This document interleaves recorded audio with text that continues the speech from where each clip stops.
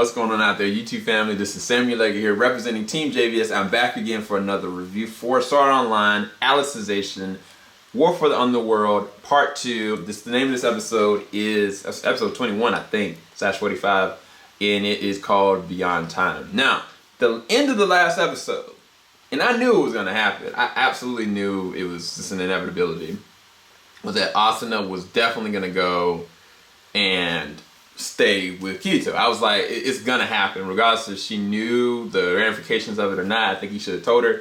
Either way, I knew she was gonna have his back. She always does, and she did. And that meant that they would both be trapped in there at a bare minimum of 200 years. What does that do to somebody's mind and subconscious? And so I was kind of like, shoot, bro, I don't know what's about to go down. Then, you know, in this episode, they leave off from that transmission. She leaves the message to the doctor, you know, I'm staying behind, and the clock goes off, and you're like, crap. Like, minutes are going by, and it's like years are going by. And the other side, the opposition team, they're trying to figure out, you know, look, what we need to do. We need to get with Briggs. We need to get up with the captain. He goes down there trying to meet and communicate with the captain. And you know, all the while, you know, the overseer of Rav was also trying to work with the techie to try to get Kirito back up and running. And it was just, it was like it was a culmination of everything, how everything started. Initially, it started with them trying to pursue like this idea, and then Kirito having to get involved, and everybody else getting involved. And it's kind of like, to be fair, like, the person in Raph has been putting them in jeopardy from the beginning, like, specifically Kirito. And I'm glad that, you know, he took responsibility for once of all the things that's been going on and take it upon himself to try to protect this man and this young lady. And I kind of knew as soon as the shot went off, I was like, yo, he about to get shot. Sure enough, he started bleeding. I mean, I didn't mean for this to be a spoiler review, but it might have to be. At least some parts of it. I'm going to tell you what messed me up. When, it's two different parts. It's two specific parts. When the opposition team's tech squad person goes to try to find the captain, before that, you see, you know, Vector or the captain, you know, like kind of moving around. And I was kind of like, oh, okay, he woke back up, you know. And then he looks back, and his body's just sitting there, and like he sees the girl that he killed, of course, Alicia, and like, you know, she kind of pulls him a little bit, pulling him forward, like, you're going back with me. And then like it starts to be something completely different, completely horrific. And that scene, he deserved every single horrifying moment of that scene. It reminded me of like the Patrick Swayze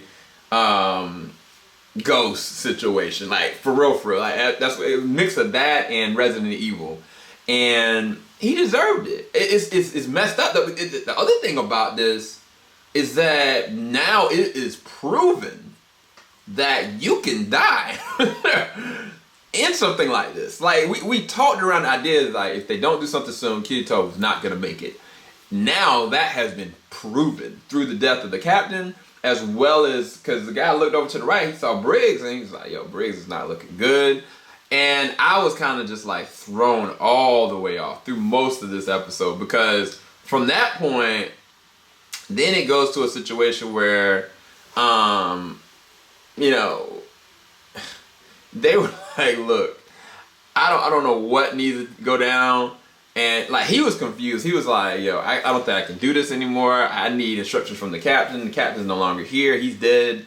And Briggs is dead. And like he saw somebody he thought in the same exact room. So it was like 3 dead bodies. That's what threw him off. And right now I'm kind of trying to make sure I for sure what I saw. But then, you know, in the pursuit of trying to protect everybody, you know, they go down and they're trying to get stuff done, and you find out that he left a bomb at the engine core. So the engine core had its own, you know, maintenance that they were like, you know, we're gonna just blow this thing. And so I was like, yo, how are they gonna stop it? And so then the agent was like, I'm going down there. I was like, bro, you crazy. I don't know what. And sure enough, he couldn't even do it.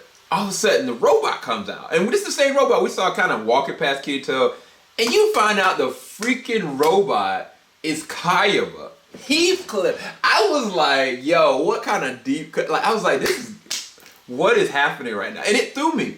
Because there was nothing about this episode that led me to believe in any way, shape, or form that he was even, still there, alive, or anything like that. But it just makes sense now how he still... was there for Kirito, still maneuvering through the ranks and helping Kirito with certain circumstances. It wasn't some kind of mysticism to it. There's actually something deeper when it comes to this technology. And so that was an epic moment. I'm not going to spoil what happens, but it's an epic moment. And so then, the episode kind of ends off with okay, he's starting the process of logging them out, but it's 200 years is going to go past no matter what you do. And, the bad guys, they kind of get out. The bomb gets defused, one way, shape, or form. And then the bad guys are like, wait. Why is there 2 bodies here? He's like, what? No, he's like 3. I'm like, wait, what was the 3rd body? And I don't even freaking know. And that's a whole nother mystery. And so, on top of that, Kayaba he disappears as well. And so the episode ends. Hopefully you looked after the credits, because after the credits it goes back to Kirito and Asuna, and it basically in the world. It's like, look, this is what's gonna happen, and we're gonna go and try to make the best of this situation. And I was like, yo, this was crazy. And the next episode's name is Alice. Definitely go and check out our reaction and Patreon. It's in the description bar below. But, yo, this episode was nuts, bro. For real. I did not anticipate anything to happen. And I love that about this episode. Hopefully you guys enjoyed the review. And I'll talk to you guys later. Keep it locked. JVS Swing and Stop. Peace, guys.